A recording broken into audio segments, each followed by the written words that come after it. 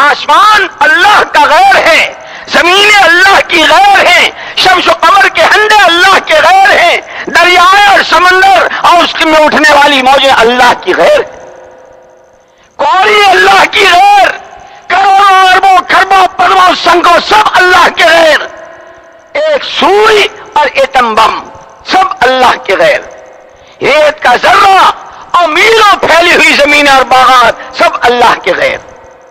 تمام انبیاء اور تمام پیغمبر علیہ الصلوۃ والتسلیمات کی پہلی دعوت، لوگوں اللہ کا غیر جہاں جس شکل میں ہے، یہاں تک کہ ان ساری مخلوقات سے گزر کر جبریل اللہ کا غیر، اسرافیل اللہ کا غیر، ملک الموت اللہ کا غیر، میکائیل اللہ کا غیر، ہر ایک اللہ کا غیر ہے۔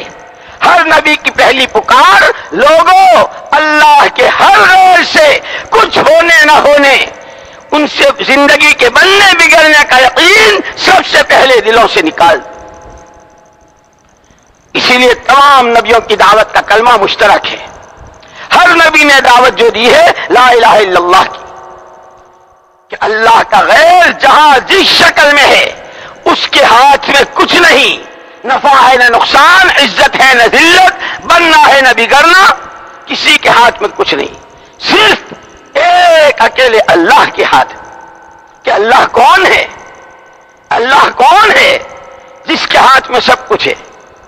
کہ خود اللہ نے اپنا تعارف کرایا ہے، اننی انا اللہ، اننی انا اللہ لا الہ الا انا فاعبدنی واقم الصلاۃ لذکری، کہ میں ہی اللہ ہوں۔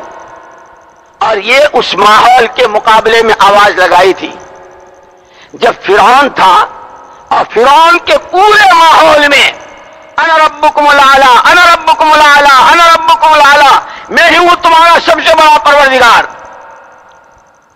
اور اس کی دھوس سے پبلک اتنی متاثر تھی، روزہ رکھ رہے ہیں، نمازیں پڑھ رہے ہیں، تسبیح پڑھ رہے ہیں، قرآن کی تلاوت کر رہے ہیں، اپنے زمانے کے آسمانی کتاب کی تلاوت کر رہے ہیں، اور یہ سارے اعمال صالحہ کر رہے ہیں، لیکن دل فرعون کی عظمت لیے ہوئے، اگر وہ ناراض ہو جائے گا تو کیا ہو جائے گا؟ اسی لیے مسجد میں آتے ہیں تو اللہ بہت بڑے، اور مسجد میں باہر گئے تو اگر یہ ناراض ہو گئے تو اس سب کے مقابلے میں اللہ نے آواز لگوائی تھی اننی انا اللہ۔ یہ اس ماحول میں جتنا جس کو تم بڑا سمجھ رہے ہو اور جس کی بڑائی کے سکے تمہارے دلوں پر جمع ہوئے ہیں، خبردار خبردار، اننی انا اللہ، اللہ تو میں ہی ہوں۔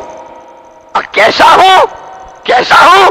جب وقت آتا ہے اپنی الوہیت کا، جب آتا ہے اپنی بڑائی کا، جب آتا ہے اپنی قدرت کا، جب آتا ہے اپنی فعالیت کا، اس کا مظاہرہ کر کے دکھاتا ہوں۔ اللہ ایک اکیلا تنے تنہا بلا شرکت غیر قادر مطلق، ایسا جب چاہے، جو چاہے، جہاں چاہے، جس طرح چاہے کر کے دکھا دے۔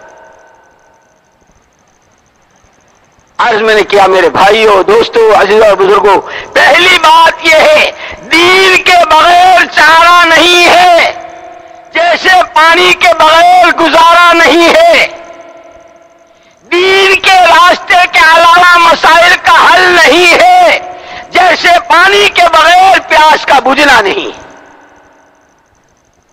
یہ دین زندگیوں میں کیسے آئے؟ اس کے لیے اللہ کی طرف سے جو ترتیب ہے کہ اللہ نبیوں کو اور پیغمبروں کو بھیجتے تھے، نبی آ کر محنت کرتے تھے، دین زندگیوں میں آتا تھا، دین پر اللہ کے جو وعدے تھے غیبی تائیدوں کے، مددوں کے، نصرتوں کے، زندگیوں کے بنانے کے، ان سب کو اللہ پورا کرتے تھے۔ ان وعد اللہ حق، اللہ کے وعدے حق ہیں، اللہ وعدہ خلافی نہیں کرتا۔ یہ سلسلہ چلتا رہا۔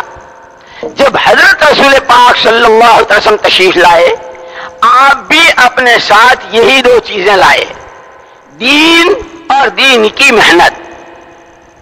آپ اپنے ساتھ دین لائے، دین کی محنت لائے۔ ذمہ داری آپ کو دی گئی تھی، یا ایھا النبی انا ارسلناک شاہدا، یا ایھا النبی انا ارسلناک شاہدا ومبشرا ونذیرا وداعیا الی اللہ باذنہ وسراجا منیرا۔ ہم نے آپ کو شاہد بنا کر، بشیر و نذیر بنا کر، داعی الی اللہ بنا کر اور سراج منیرہ بنا کر کے بھیجا ہے۔